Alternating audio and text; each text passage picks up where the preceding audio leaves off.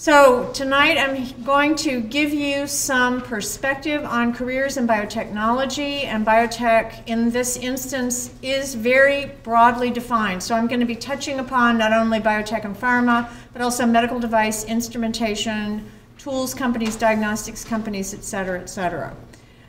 This is really this is designed to be an interactive presentation, so please stop me if you would like and ask me questions or ask for clarification if you need that.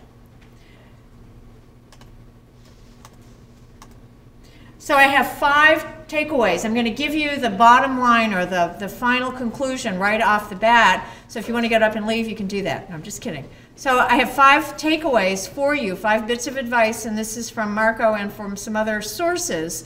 And you can see them on the screen there. I'm going to be reiterating these as we go through the rest of the deck, but let me touch upon them individually and explain what they mean. The first one is probably the most important thing. If you take nothing away from this session tonight, the most important thing is you have to do your research on companies and you have to target companies very carefully.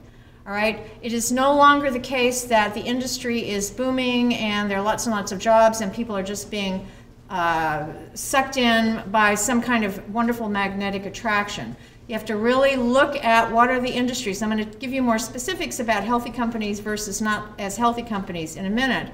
But you really need to know that you need to target the companies that you're looking for, and you have to be selective. So if you have, all of you have special kinds of skills, you have great skills in this room, and you want to lead with your strength. You want to lead with those specific kinds of skills. When you're applying to a job, when you're applying online, that's what you want to be thinking about. Marco does not recommend blanket online postings of your resume. If you're going to a site and you're going to apply for a specific job, and I'll talk a little bit more about that in a second, that's fine. But going to Monster, going to some of the gigantic job boards and just throwing your resume up there, a generalized resume especially, is not a good idea. That's not going to get you, that's not the most productive use of your time. So research and target. Anybody got any questions about that? Does it hurt you to do what? Does it hurt you to post one? The likelihood is that you'll never hear, and it only reinforces that nobody wants to hire you. So you certainly can do that, but I don't think it's going to be, I don't think that, especially given KGI students, given you guys have technical backgrounds and capabilities, I don't think that's going to serve you as well as doing your homework and being a little bit more selective in what you do.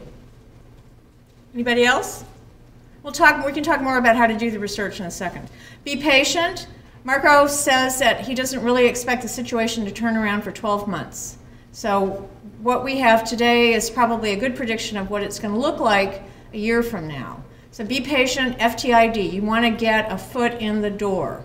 When you're thinking about those companies, when you're thinking about those certain kinds of jobs that are your dream jobs, that's great to have that as a vision, but it's more important to really try to narrow down to a group of companies that you are very interested in, and then accept the less than perfect, the less than dream job in order to become established with the organization. Network, network, network. Marco said to be sure to reinforce with you that you have to have a referral to a job. If you are interested in clinical and regulatory affairs with Allergan, for instance, it's fine to apply online to that job, but come to me, go to Sue Friedman, go to someone, get the name of an individual at Allergan that you can make contact with and that you can ask to take your resume over to the hiring manager.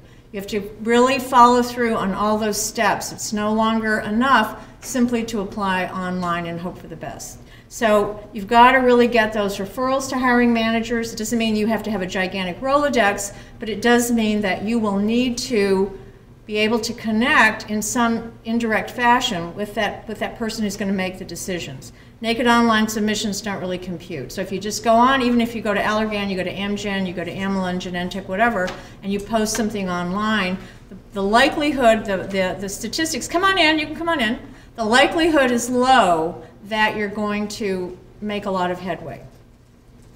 Random chance certainly can work, but that's what you're talking about. You have to differentiate yourself. The other main thing that Marco wanted me to say is that every day when there's a layoff, there are hundreds, if not thousands, of extremely experienced individuals who are now flooding the market. So they have 5, 6, 7, 10, 12 years of experience in product development, research, clinical and regulatory affairs, business development, etc.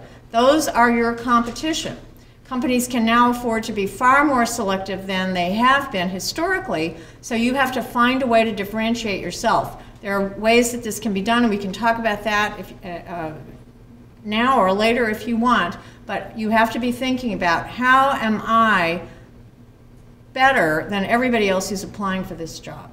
And then, of course, follow up. You have to follow up with every application that you send out. If you meet someone at a networking event, if you're talking to someone, be sure to follow up and close the loop, because in many respects, that's going to be one of the key ways that you will be able to differentiate yourself.